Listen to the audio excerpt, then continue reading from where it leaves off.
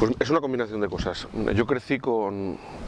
Mi abuelo era un fan de la ciencia ficción, con lo cual tenía estos libros de Asimov y Stanisław Lem y este tipo de cosas, con lo cual yo, digamos, crecí un poco en ese ambiente. Yo era, digamos, un lector juvenil de ciencia ficción clásica. Luego hay otra influencia por ahí que son las películas de ciencia ficción de los años 60 y los años 70, esas películas así como más chiquititas, en plan La amenaza Andrómeda o Naves misteriosas o Atmósfera Cero. Películas de ciencia ficción que eran adultas y que realmente en las que se marcaba muy bien el límite entre la ciencia ficción y el fantástico, que es una cosa que ahora no pasa. Ahora la ciencia ficción y el fantástico tienen sus límites, sus fronteras bastante diluidas, pero en aquella época no. Era cine de ciencia ficción realista y adulto que, digamos, trataba de temas relacionados con el ser humano. Entonces, digamos, es un poco el background que yo tenía de pelis. Y luego realmente lo que me desencadenó la historia fue una noticia que encontré en la que hablaban de una impresora 3D capaz de crear otra impresora 3D. Crear las piezas para construir otra impresora 3D. Y ese concepto me pareció que estaba pasando algo que no había pasado nunca en la historia del ser humano, que una máquina fuera capaz de autorreplicarse. Eso, junto a las teorías de la singularidad, que son, digamos, es toda esa especie de teoría filosófica y tecnológica sobre qué es lo que puede pasar cuando la inteligencia artificial llega al punto de la inteligencia humana y cómo esa inteligencia artificial va a ser capaz de generar conceptos y crear ideas que nosotros como humanos no vamos a ser capaces de entender. Ese concepto me parece súper poderoso y me parece que va a ser uno de los paradigmas filosóficos y tecnológicos de este siglo. Esos elementos, digamos, los elementos del pasado, del cine y la literatura y estos elementos de la actualidad, pues digamos los ingredientes con los que está hecho Autómata.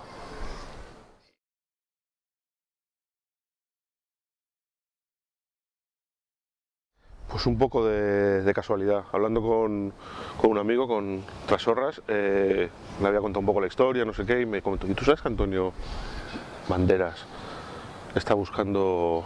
A mí me acuerdo que estábamos chateando, ¿no? Y yo escribí Antonio Banderas con V, digo, ¿Antonio Banderas, Antonio Banderas? Dice, no, el otro, Antonio Banderas, me pone con B. Dice, bueno, pues no sé, no se me ocurre, me da igual, ¿sabes? Que Antonio Banderas esté buscando proyectos españoles, ¿qué tengo yo que ver con Antonio Banderas?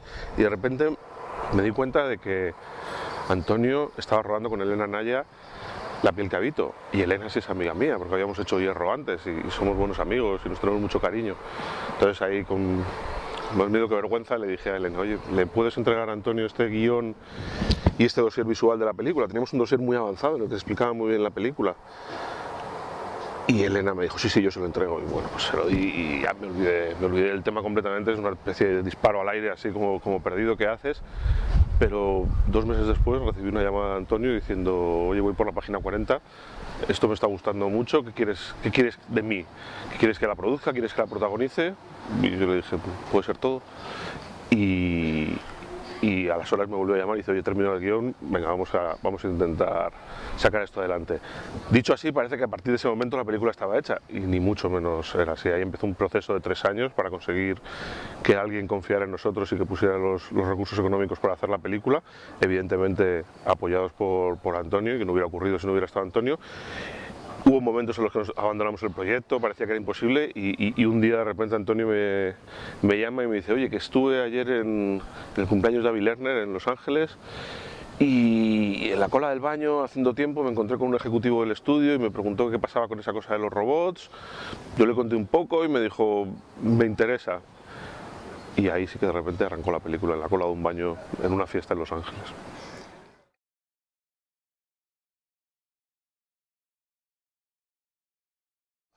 Mira, yo creo que yo utilizaba Yo Robot, la película, como referencia de lo que no queríamos hacer, y utilizaba Yo Robot, el libro, como referencia de lo que queríamos hacer.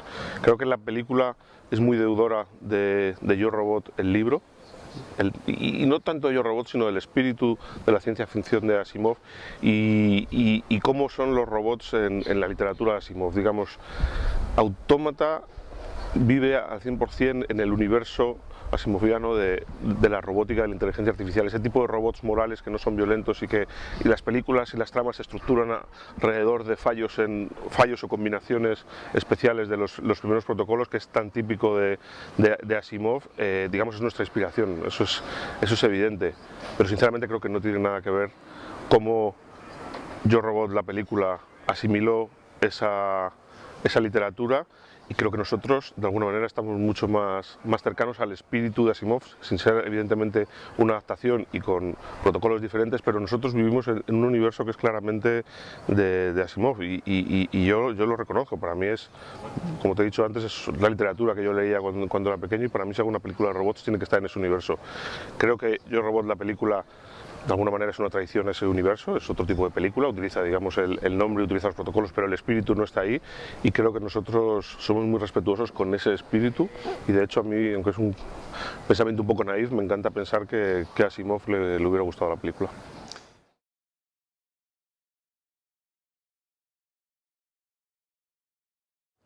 Nosotros estamos hablando de la decadencia del ser humano, y de hecho en la película hay una especie de regresión tecnológica. Entonces no es solo música clásica, sino más es barroco, ¿sabes? Es como referir a una época de esplendor artístico. Desde una película de ciencia ficción te está hablando de la decadencia y de la melancolía, y para nosotros es un concepto importante. Además, a mí me parece que la música barroca hace un contrapunto. Mi cortometraje empezaba también con música barroca, y me parece que hace un contrapunto muy interesante con la actualidad, porque refiere a una época muy distinta en la que los valores artísticos y filosóficos eran muy diferentes. Entonces me encanta ese contrapunto, y me parece que funciona muy bien. Y además, una cosa que tiene muy bueno la música barroca es que es muy barata en estos momentos.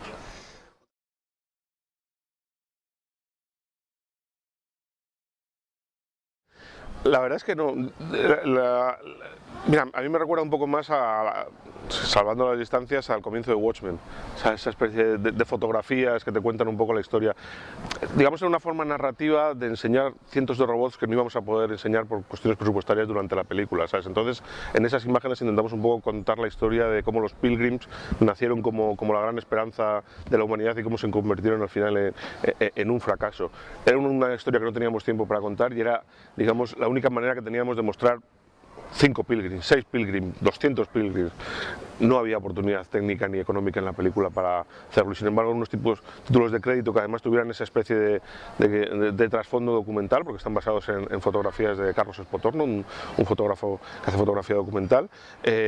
Nos parecía, digamos, una herramienta a nuestro alcance a nivel económico, y muy bonita, porque de alguna manera además de nuevo tenía esa especie de melancolía, esa especie de visión sobre el pasado, y me parece que en una película futurista hablar del pasado es un juego muy interesante. Entonces Autómata siempre, yo siempre les digo, bueno, nos movemos 40 años hacia adelante y luego vamos 30 hacia atrás, ¿sabes? Tener una estética, digamos, retrofuturista, o hablar del pasado desde el futuro, me parece que es muy interesante.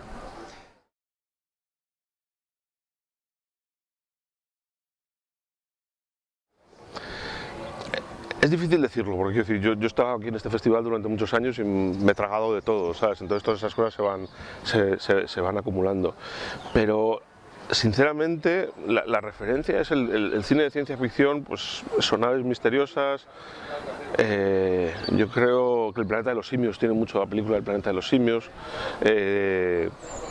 La amenaza Andrómeda, ese intento un poco de ser como seres. Ese tipo de ciencia ficción es mi principal referente. Luego la película tiene también mucho de, que dices, una ciudad en la que llueve, un detective, dices Blade Runner. Bueno, sí, pero es que antes de Blade Runner es Philip Marlowe y es Moebius, y hay muchas cosas antes. Es verdad que Blade Runner fue la película en la que todo eso se combinó, se ha convertido en un clásico, y parece que es como el referente que cubre todos los referentes anteriores, pero no, hay muchos referentes anteriores a Blade Runner, y evidentemente yo adoro Blade Runner, y no me preocupa para nada estar ahí jugando con su iconografía, pero es verdad que antes de Blade Runner había muchas cosas, y un señor con gabardina andando en una ciudad oscura y sucia bajo la lluvia existe en la literatura de la novela negra y en el cine negro desde hace muchos años. Hay un amasijo de cosas ahí, y no me molesta, además, quiero decir, y no me he preocupado en esconderlo, porque mi concepción, lo que yo pienso que la ciencia ficción es y cómo funciona la ciencia ficción, que es una manera muy parecida a la que funciona el jazz. Hay una serie de temas, hay una serie de iconografías, tú las usas y las combinas. ¿Cómo combinas esas cosas? Si esa combinación es satisfactoria más o aporta algo, es lo que te hace, digamos, hacer una película que es simplemente un pastiche de refritos, o es una película que está aportando algo. Igual sucede en el jazz, tú utilizas temas que se han tocado 1000 veces y los tocas de una manera distinta. Yo creo que la ciencia ficción en ese sentido es como el jazz o la música barroca, en la que los temas se utilizan una y otra vez. Y además, en relación a la inteligencia artificial, yo creo que el género de los robots se va a convertir en los próximos años en un género, porque va a ser un paradigma social y filosófico real que va a existir en nuestra sociedad, y van a salir muchas películas y va a ser un subgénero dentro de la ciencia ficción, la inteligencia artificial y los robots. Y evidentemente se hablará de la inteligencia, de la toma de conciencia, de los problemas existenciales de los robots, porque en el fondo los robots son una especie de reflejo de nosotros mismos y es una herramienta muy útil para hablar del ser humano y sus problemas. Es por lo que creo que va a ser como un paradigma muy potente en los próximos años cuando salga ciencia ficción.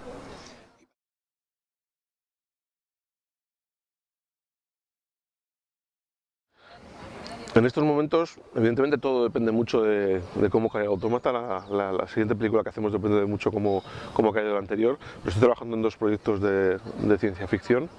Uno se llama Miranda y es una historia en una estación espacial que habla sobre la soledad en el espacio.